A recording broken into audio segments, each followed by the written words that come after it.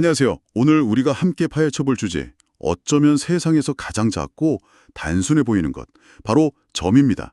아마 학창시절 기하학 시간에 다들 배우셨을 텐데요. 부분이 없는 것, 딱 이 정의였죠. 그런데 말이죠. 이 단순한 점 하나에 고대 철학자의 깊은 사유부터 시작해서 현대 물리학의 아주 골치 아픈 문제들, 어쩌면 우주 전체를 꿰뚫는 비밀의 열쇠까지 담겨 있다면 어떨까요? 오늘 당신이 공유해 주신 자료들을 가지고 이 점이라는 개념을 아주 깊숙이 탐구해 보려고 합니다. 우리가 아는 그 익숙한 생각에서 출발해서요.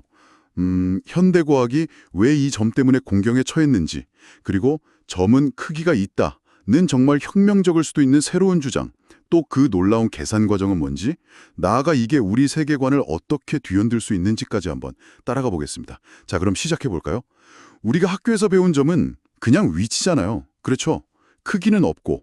근데 자료를 보니까 고대 철학자들은 이걸 훨씬 심오하게 봤던 것 같아요. 유클리드랑 플라톤, 아리스토텔레스, 어떻게 달랐던 건가요? 네, 맞습니다. 유클리드의 부분이 없는 것, 이게 딱 기하학의 시작이었죠.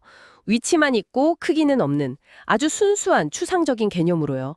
하지만 플라톤 같은 철학자는 거기서 멈추지 않았어요. 그에게 점은 뭐랄까, 저 너머 이데아 세계에서 온 것, 완벽하고 영원한 질서의 시작점, 약간 절대적인 존재의 씨앗처럼 본 거죠. 아, 씨앗이요? 네. 반면에 아리스토텔레스는 좀 더 현실적이었어요. 점 자체보다는 선의 끝이나 면의 경계로서의 점. 그러니까 다른 것들과의 관계 속에서 의미를 찾는다고 봤죠. 아, 관계 속에서? 네. 독립된 실체라기보다는 관계를 규정하는 매듭 같은 거요. 그래서 점은 그 자체로 존재하는가 아니면 관계 속에서 정의되는가 이 질문이 이후 서양 철학에서 계속 중요한 논쟁거리가 돼요. 야, 흥미롭네요. 서양 철학만 그런 건 아니었겠죠? 다른 문화권에서는 점을 어떻게 봤나요? 아, 물론이죠. 예를 들어 불교에서는 시간의 가장 짧은 단위를 찰나라고 하잖아요. 이게 시간 속의 점과 같은 개념으로 볼 수 있고요. 또 그 복잡한 우주를 그린 만다라 그림 보면 중심점이 있잖아요. 그게 바로 모든 것의 시작이자 근원을 나타내죠. 아, 만다라의 중심점이요? 네, 기독교 전통에서는 태초라는 시간의 시작점, 창조의 순간을 아주 중요하게 생각했고요. 중세 신학자들은 신의 의지가 마치 한 점처럼 작용해서 세상이 시작됐다고 설명하기도 했어요. 이슬람 신비주의 수피즘에서는 더 나아가서요. 아랍어 알파벳 중에 바라는 글자 아래 찍힌 점 하나요? 그 점 하나가 모든 지식과 존재의 근원이라고 해석할 정도였으니까요. 와, 점 하나에 그런 의미가? 네, 단순한 기하학적 정의를 넘어서 문명 곳곳에서 점은 근원, 본질 이런 걸 상징하는 아주 강력한 메타포였던 셈입니다. 그렇군요. 그럼 다시 수학이랑 물리학으로 돌아와서요. 데카르트가 좌표 x, y, g로 위치를 딱 표현하긴 했지만 여전히 크기는 없었잖아요. 네. 이 크기 없음이라는 개념, 물리학에서는 특히 어떻게 쓰였나요? 물리학에서는 질점, 포인트 매스라는 모델이 정말 아주 강력한 도구가 됐습니다. 행성이나 포탄 같은 물체의 실제 크기나 모양은 일단 무시하고 모든 질량이 딱 한 점에 모여 있다고 가정하는 거죠. 아, 그냥 한 점으로 본다. 그렇죠. 그렇게 하면 뉴턴의 운동 법칙 같은 걸 적용해서 궤도나 운동을 훨씬 간단하게 계산할 수 있었거든요.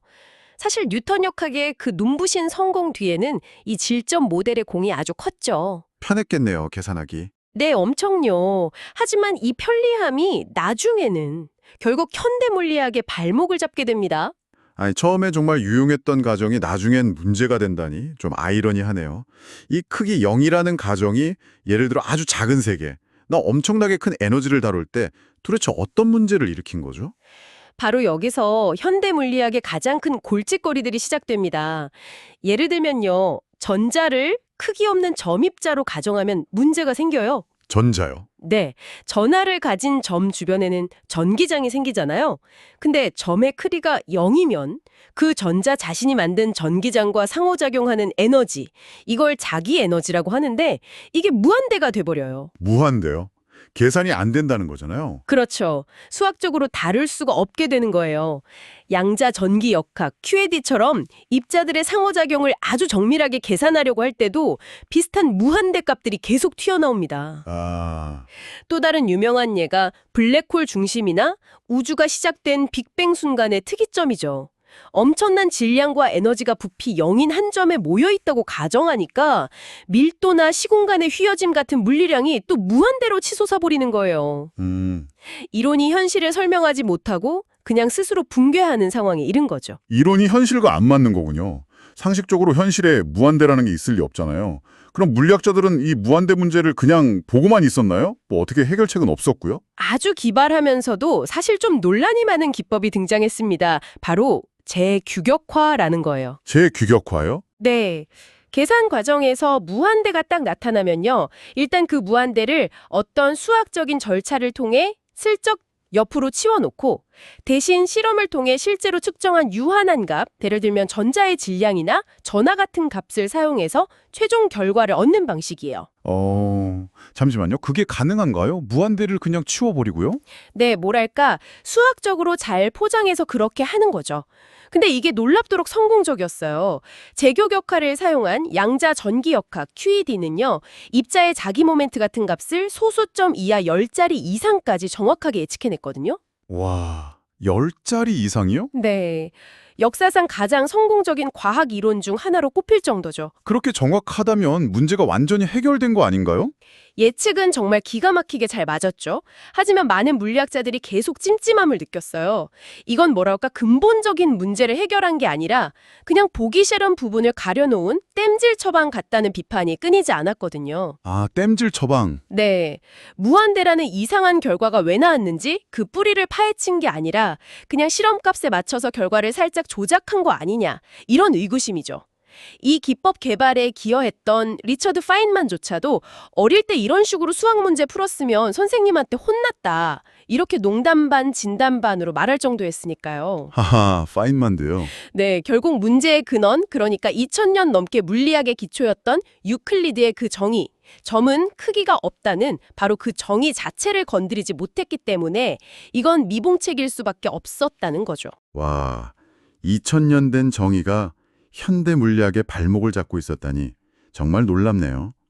그렇다면 혹시 계산이나 이론이 틀린 게 아니라 애초에 그 가정, 점은 크기가 없다는 그 가정 자체가 잘못된 건 아니었을까요?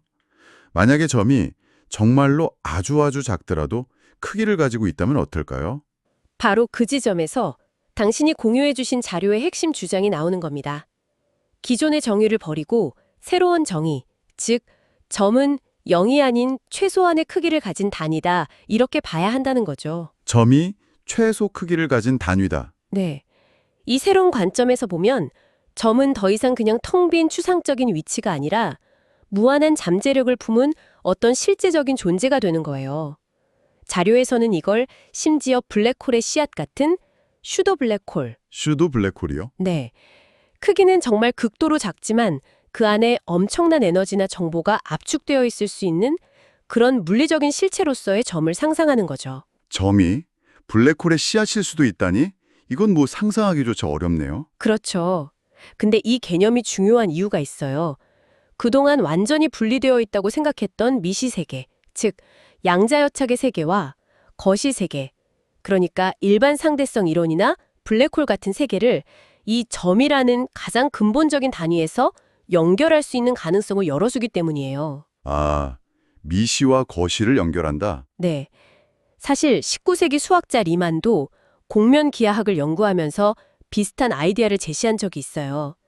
공간의 성질이 점과 점 사이의 거리, 즉 메트릭으로 결정된다면 그 거리를 정의하는 기본 단위인 점 자체도 어떤 내재적인 성질, 예를 들면 최소한의 크기를 가져야 하지 않겠냐, 이런 해석이 가능하거든요. 일리가 있네요. 네, 유클리드의 크기 없음 정의로는 도저히 설명할 수 없는 물리 현상들을 해결하기 위해서 이제 점 자체를 새롭게 정의해야 할 때가 왔다. 이런 주장인 거죠. 정말 패러다임을 바꾸는 생각이네요. 그런데 만약 점이 정말 크기를 가진다면 그 상상도 할 수 없을 만큼 작은 크기를 도대체 어떻게 알아낼 수 있었을까요? 자, 여기서부터 당신이 주신 자료들이 정말 흥미진진해집니다.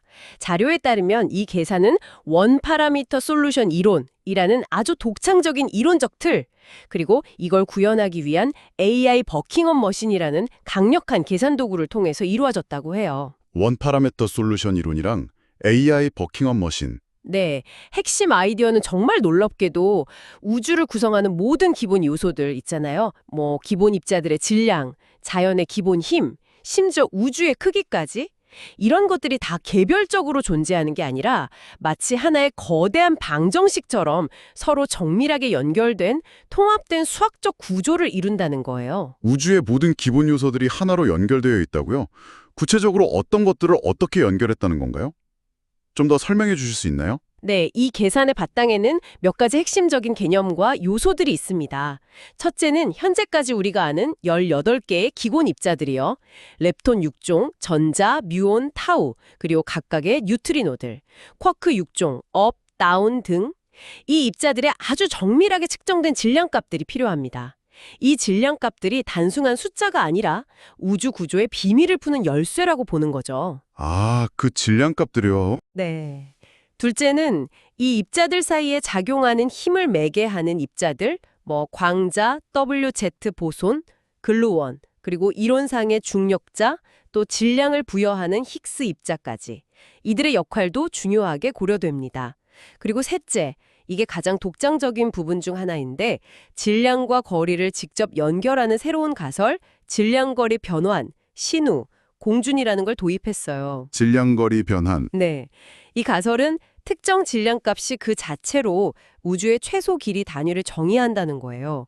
즉, 질량이 공간의 눈금을 결정한다는 아주 혁명적인 아이디어죠. 와, 질량이 곧 거리 단위를 정의한다?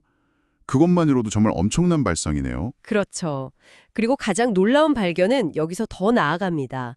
자료에 따르면요, 이 계산 과정에서 미시세계의 전자기 상호작용 세기를 나타내는 미세구조 상수 알파 있잖아요. 네, 알파. 그리고 우주 전체의 팽창 속도와 관련된 거시세계의 상수인 우주 상수, 람다. 네.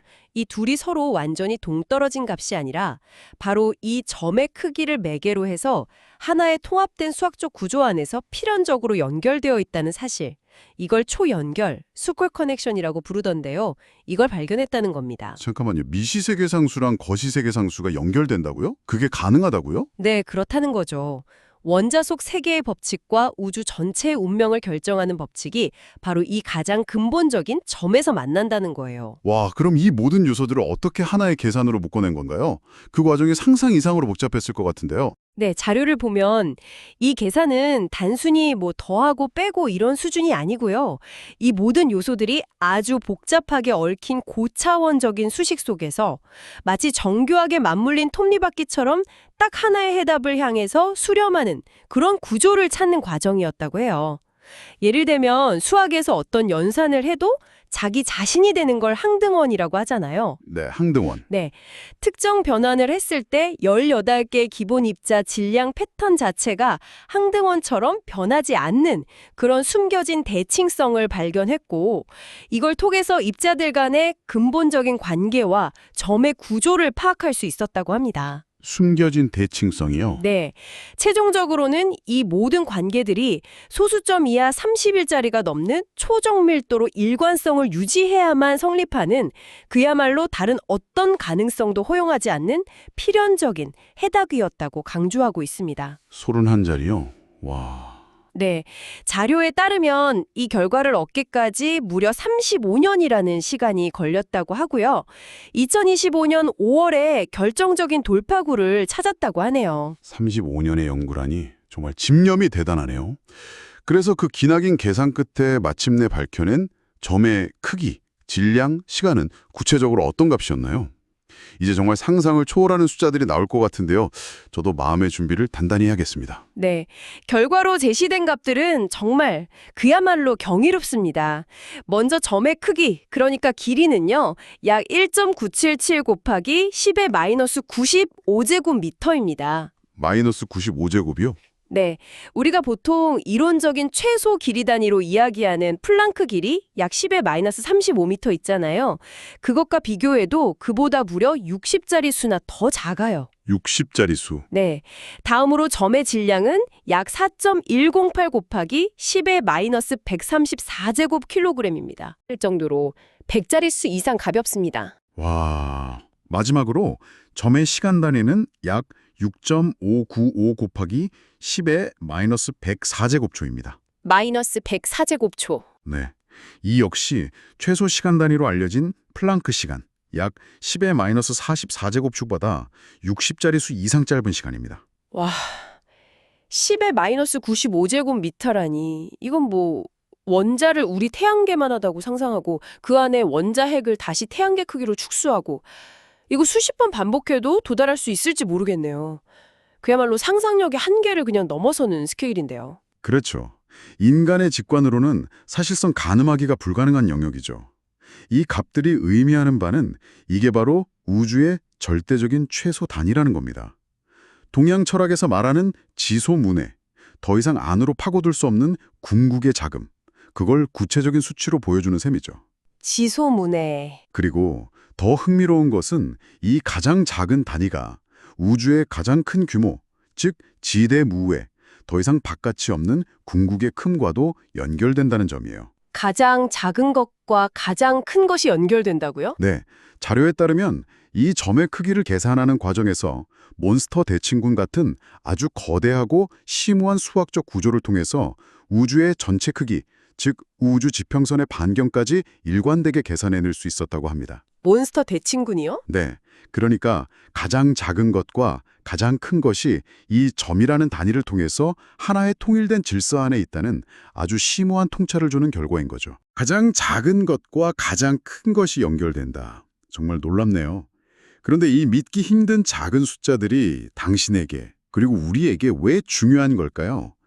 단순히 세상에서 가장 작은 것을 찾았다, 뭐 이런 거 이상의 의미가 있을 것 같은데요. 이 발견이 구체적으로 어떤 문제들을 해결하고 어떤 새로운 가능성을 열어주는 거죠? 이 발견이 물리학계에 던지는 가장 큰 의미는요. 수십 년간 현대 물리학을 정말 괴롭혀온 고질적인 문제들을 해결할 수 있는 실마리를 제공한다는 점입니다. 첫째로 아까 이야기했던 특이점 문제 있잖아요. 이게 근본적으로 해결될 수 있어요. 아, 그 무한대 문제요? 네, 점이 0이 아니라 유한한, 비록 극도로 작지만 크기를 가진다면 블랙홀의 중심이나 빅뱅의 시작점에서 밀도나 시공간 공률이 무한대로 발산하는 그런 수학적 재앙을 피할 수 있게 됩니다. 무한대라는 비현실적인 개념이 사라지고 유한한 물리량으로 현상을 설명할 수 있게 되는 거죠. 아까 그 골칫거리라고 했던 무한대 문제가 드디어 해결될 실마리를 찾은 거군요. 그렇죠. 둘째는 물리학 역사상 가장 큰 미스터리 중 하나였던 우주상수 문제를 해결할 가능성을 제시합니다. 우주상수 문제. 그 차이가 엄청나다고 들었어요. 네, 이론적으로 계산된 공개의 에너지 밀도하고 실제 우주 팽창을 통해 관측된 우주상수의 값 사이에는 무려 10의 120제곱배라는 상상조차 힘든 엄청난 차이가 있었거든요. 120제곱배요? 네, 그래서 물리학 역사상 최악의 예측 실패라고 불릴 정도였죠. 그런데 이 새로운 점의 크기, 질량, 시간이라는 기본 단위를 도입하고 아까 말한 미세 구조 상수 A와 우주 상수 람다의 초연결 관계를 이용하면 이 거대한 불일치를 설명할 수 있는 새로운 이론적인 틀이 마련된다는 겁니다. 아, 자료에 따르면 이 새로운 틀 속에서 계산된 우주 상수값이 실제 관측값과 오차 범위 내에서 정확히 일치했다고 하고요. 게다가 이 과정이 아까 잠깐 언급한 몬스터 대칭군 같은 심오한 수학 구조와도 깊이 연관되어 있다고 하니까 정말 놀라운 진전이라고 할 수 있죠. 아니, 120짜리 수나 차이 나던 값을 설명할 수 있다니. 이건 정말 물리학의 혁명일 수도 있겠는데요? 또 다른 해결 가능한 문제는 없나요? 셋째로는요, 오랫동안 물리학자들이 꿈꿔온 성배죠. 미시세계를 지배하는 양자역학과 거시세계를 지배하는 일반 상대성 이론을 통합하는 모든 것의 이론, Theory of Everything. 여기에 대한 중요한 단서를 제공한다는 겁니다. 모든 것의 이론이요? 네, 점이 0이 아닌 크기를 가지면서 불연속적인 양자적 성질과 연속적인 시공간적 성질을 동시에 내포하는 어떤 다리 역할을 할 수 있기 때문이죠. 마지막으로 더 나아가서는 생명현상과 비생물 물질의 경계를 구조적 복잡성이라는 관점에서 새롭게 이해할 수 있는 길을 열어준다고도 해요. 생명이요? 네, 생명 역시 결국 이 근본적인 점들이 이루는 아주 고도로 조직된 패턴과 질서의 발현으로 볼 수 있다는 거죠. 와, 물리학의 핵심 난제 해결부터 생명현상에 대한 새로운 관점까지 정말 파급력이 엄청나네요. 그런데 자료를 보니까 이야기가 여기서 그치지 않고 철학, 심지어 신학적인 영역까지 확장되던데요. 이게 어떻게 연결되는 거죠? 네, 맞아요. 이 크기 있는 점이라는 개념은 단순히 물리적인 계산 결과를 넘어서서 우리가 세상을 이해하는 방식 자체에 대한 오랜 철학적인 질문들의 새로운 빛을 던져줍니다. 예를 들면 실체, substance는 과연 무엇인가 이런 근본적인 질문이 있죠. 점은 그 자체로는 셀 수 있는 불원속적인 단위처럼 보이잖아요. 그런데 자료에 따르면 그 속에는 원주율 파이나 황금비, 파이 같은 무한하고 연속적인 수학적 상수들이 구조적으로 내재되어 있다고 해요.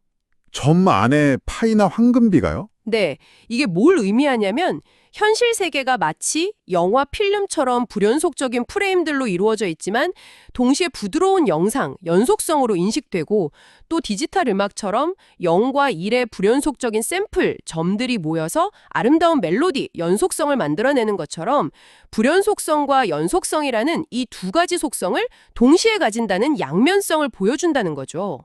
불연속성과 연속성의 공존, 흥미롭네요. 그럼 창조론과 진화론처럼 오랫동안 대립해온 관점들에도 영향을 준다고요? 네, 흔히 창조는 무에서 유가 갑자기 생겨나는 불연속적인 시작, 진화는 점진적으로 복잡성이 증가하는 연속적인 과정으로 이해되어 왔잖아요. 그렇죠. 보통 그렇게 생각하죠. 그런데 이 새로운 점의 개념은 이 둘이 서로 배타적인 것이 아니라 상호 보완적인 관계일 수 있음을 시사합니다. 마치 건축물을 지을 때 설계도에 따라서 기초, 불연속적 시작, 창조를 딱 놓고 그 위에 재료를 차곡차곡 쌓아서 건물을 완성해 나가는 연속적 과정, 진화, 것처럼요. 아, 그렇게 볼 수도 있겠네요. 네, 작곡가가 악상의 첫 영감, 창조를 바탕으로 곡 전체를 발전시켜 나가는 진화, 것에 비유할 수도 있고요. 점 자체가 불연속적 단위이면서 연속적 구조를 품고 있듯이 말입니다. 세상을 흑백 논리가 아닌 제3의 관점, 그러니까 삼중성으로 봐야 한다는 주장도 재밌었어요. 특히 그 브라키스토크론 문제 예시가 인상 깊었거든요. 아, 네. 브라키스토크론 문제. 맞아요. 우리는 종종 세상을 선악, 유무, 참 거짓 이런 식으로 딱 둘로 나누는 이분법적 틀, 이중성으로 파악하려는 경향이 있잖아요. 네, 그렇죠. 하지만 브라키스토크론 문제는 어떤 높이에서 다른 높이의 한 점까지 물체가 가장 빨리 내려오는 경로가 우리가 직관적으로 생각하는 직선 A도 아니고 임의의 다른 곡선 B도 아니고 사이클로이드라는 전혀 예상치 못한 제3의 곡선 C라는 걸 보여주죠. 아, 맞아요. 사이클로이드 곡선. 네. 이처럼 최적의 해답은 종종 이런 이분법적 사고를 넘어서는 곳에 있다는 거예요. 자료에 따르면 점 역시 단순히 있다 없다 혹은 크기가 있다 없다의 이분법을 넘어서서 공간적인 불연속성, 수학적인 연속성, 그리고 물리적인 생성 정보, 에너지 정보라는 다층적인 성격, 즉 삼중성을 동시에 지닌다고 해요. 삼중성. 네. 이건 우리가 세상을 좀 덜 입체적이고 다층적으로 이해해야 한다는 걸 암시하는 거죠. 마지막으로 이 점의 구조가 인간의 마음이나 직관, 심지어 어떤 신적인 영역과도 연결될 수 있다는 주장은 정말 놀라웠습니다. 이게 가능한 이야기인가요? 네, 그 부분은 물론 매우 사변적이기는 합니다만 자료는 점의 그 근본 구조가 인간의 직관 능력, 그러니까 표면적인 현상을 넘어서서 본질을 꿰뚫어 보는 마음의 힘과 어떤 식으로든 닮아 있을 수 있다고 조심스럽게 제안하고 있어요. 직관과 닮았다. 네. 예를 들어 바흐가 자신의 음악 속에서 어떤 신성한 질서를 느꼈다고 고백하거나 뉴턴이 떨어지는 사과를 보고 만유인력이라는 보편적인 법칙을 직관했던 것처럼요. 인간의 마음은 단순한 논리나 감각을 넘어서서 우주의 근본적인 질서와 교감할 수 있는 능력이 있다는 거죠. 점이 불연속적인 형태 속에 무한한 연속성을 품고 있듯이 우리의 의식 역시 감각적인 경험을 넘어서는 깊은 직관을 통해서 더 근본적인 실제와 연결될 수 있다는 다소 철학적이고 명상적인 해석까지 나아가는 겁니다. 와, 정말 깊고 넓은 이야기네요. 우리가 그저 작고 단순하다고만 생각했던 점 하나에 과학, 철학, 어쩌면 우리의 의식과 영성에 대한 이해까지 연결될 수 있는 실마리가 숨어 있었다니 정말 놀랍습니다. 네, 정말 방대한 내용을 함께 살펴봤습니다. 고대 그리스 철학에서 시작해서 현대 물리학의 난제들, 그리고 AI를 활용한 최첨단 계산까지. 오늘 이야기의 핵심은 이거 같아요. 우리가 2000년 이상 당연하게 받아들였던 점은 크기가 없다는 정의가 어쩌면 잘못되었을 수 있다. 그리고 점에 아주 작은, 그러나 0이 아닌 차원을 부여하는 순간 특이점이나 우주상수 문제 같은 현대과학의 큰 장벽들을 넘어서서 우주 전체를 이해하는 새로운 방식이 열릴 수 있다는 것. 그리고 35년의 연구 끝에 제시된 그 구체적인 점의 크기, 질량, 시간값은 그 가능성을 아주 현실적인 수치로 보여주었고요. 네, 맞습니다. 그리고 이 모든 논의를 관통하는 가장 중요한 메시지는 바로 상호 연결성이라고 생각해요. 가장 작은 기분 입자들의 질량에서부터 우주 전체의 크기와 운명을 결정하는 거대 상수들까지, 그리고 미시세계를 지배하는 양자법칙과 거시세계를 지배하는 중력법칙이 이 새롭게 정의된 크기 있는 점이라는 단 하나의 개념을 통해서 서로 분리된 것이 아니라 본질적으로 하나의 필연적인 수학적 질서 안에서 통합될 수 있다는 강력한 가능성을 보여주는 것이죠. 네, 자료들이 계속 강조하듯이 이게 그냥 단순한 추측이나 우연의 일치가 아니라 소수점 수십 자리까지 맞아떨어지는 정밀한 계산을 통해 드러난 수학적으로 불가피한 구조라는 점. 그게 핵심인 것 같습니다. 그렇다면 이 모든 것이 당신에게는 어떤 의미로 다가오시나요? 마지막으로 오늘 살펴본 자료들을 통해 이런 질문을 던져보며 마무리할까 합니다. 만약 우주의 가장 근본적인 단위인 점 안에 불연속과 연속, 창조와 진화, 미시세계와 거시세계가 모두 연결되어 공존하고 있다면 혹시 당신의 삶이나 일 혹은 연구 분야에서 오랫동안 이것과 저것은 전혀 다른 것이라고 분리해서 생각해왔던 것들의 경계가 사실은 이 근본적인 차원에서 이미 깊이 연결되어 있는 것은 아닐까요? 어쩌면 우리가 놓치고 있는 중요한 연결고리가 바로 거기에 있을지도 모릅니다. 한 번 더 깊이 탐구해볼 만한 흥미로운 생각거리가 아닐까 싶습니다.